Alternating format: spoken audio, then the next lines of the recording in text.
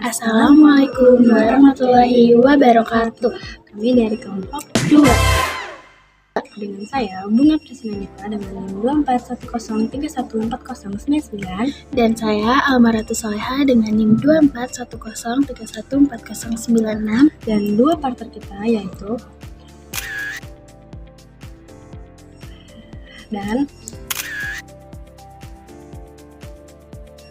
Di sini, kelompok kami akan membahas tentang analisis spektrum frekuensi yang ada di Indonesia. Yuk simak. Pertama-tama, saya akan menjelaskan pengertian dari spektrum frekuensi itu sendiri. Spektrum frekuensi radio merupakan salah satu sumber daya alam yang sangat penting dalam dunia telekomunikasi. Frekuensi radio digunakan untuk mengirimkan informasi tanpa kabel, baik dalam bentuk suara, data, maupun gambar.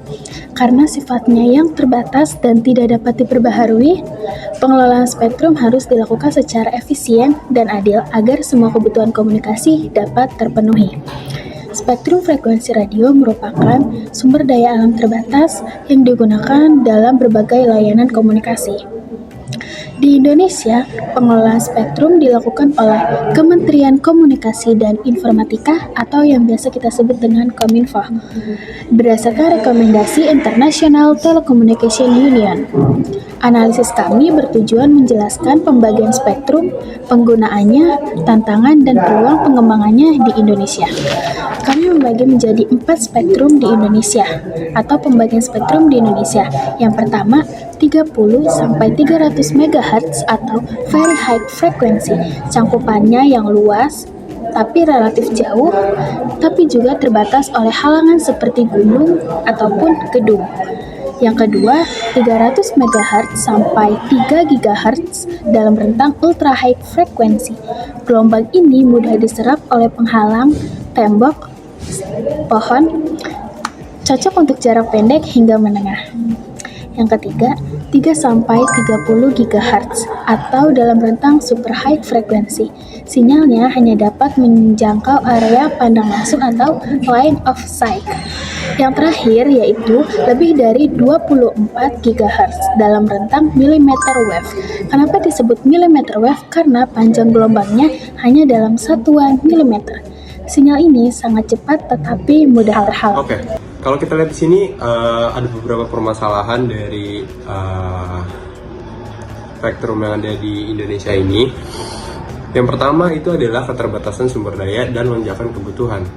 Jumlah pita frekuensi yang bisa digunakan itu terbatas, sementara kebutuhan yang terus meningkat pesat akibat pertumbuhan penggunaan smartphone, perluasan jaringan 4G dan 5G, serta munculnya Internet of Things ataupun IoT dan juga perangkat-perangkat pintar lainnya.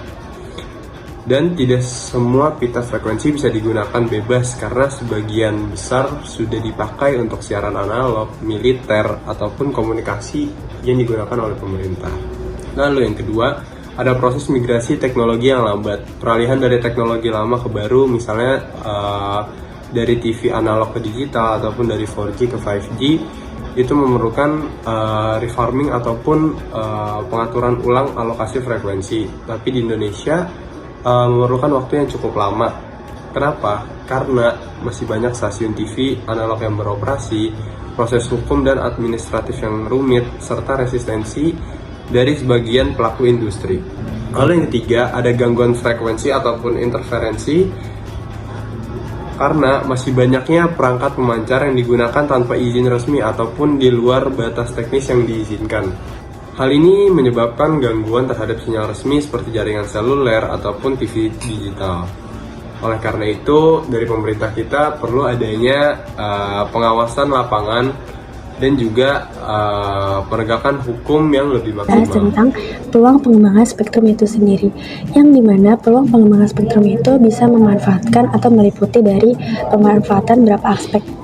Contohnya di sini ada dynamic spectrum sharing atau DSS, yang dimana teknologi ini memungkinkan operator untuk menggunakan pita spektrum yang sama untuk jaringan 4G dan 5G secara bersamaan, dan dapat mempercepat penyebaran 5G tanpa investasi keras baru yang bisa bersebar.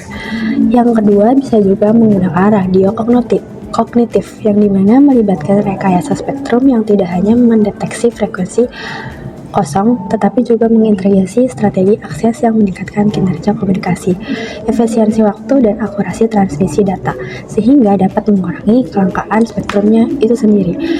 Bisa juga dengan melibatkan kecerdasan buatan atau AI yang sudah kita pakai atau sudah menjadi peluang pengembangan pada saat ini, yang dimana AI itu dapat diterapkan dalam manajemen spektrum untuk perencanaan, alokasi, pembagian, dan pemantauan lalu lintas spektrum yang menghasilkan efisiensi yang lebih baik.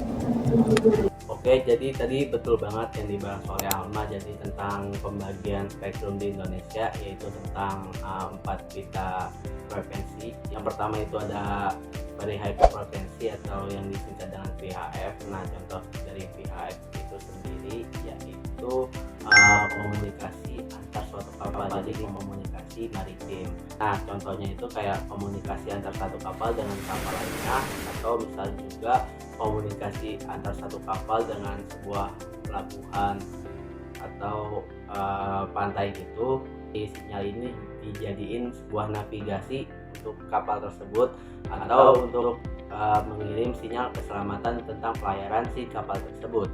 Komunikasi maritim ini, si pita frekuensi ini dipecah lagi menjadi 4. Nah, yang pertama itu medium frekuensi. Nah, medium frekuensi ini digunakan untuk komunikasi antar kapal dengan jarak menengah, atau bisa juga digunakan untuk mengirim sinyal darurat. Lalu ada high frekuensi. Nah, high frekuensi ini digunakan untuk komunikasi antar kapal dengan jarak yang lumayan jauh rentangnya. Nah, ada juga yang ketiga itu VHF atau very high frequency. Nah, very high frequency ini itu digunakan untuk komunikasi antar kapal selama sehari-hari, kayak hariannya itu si VHF ini yang paling sering digunakan oleh kapal-kapal tersebut.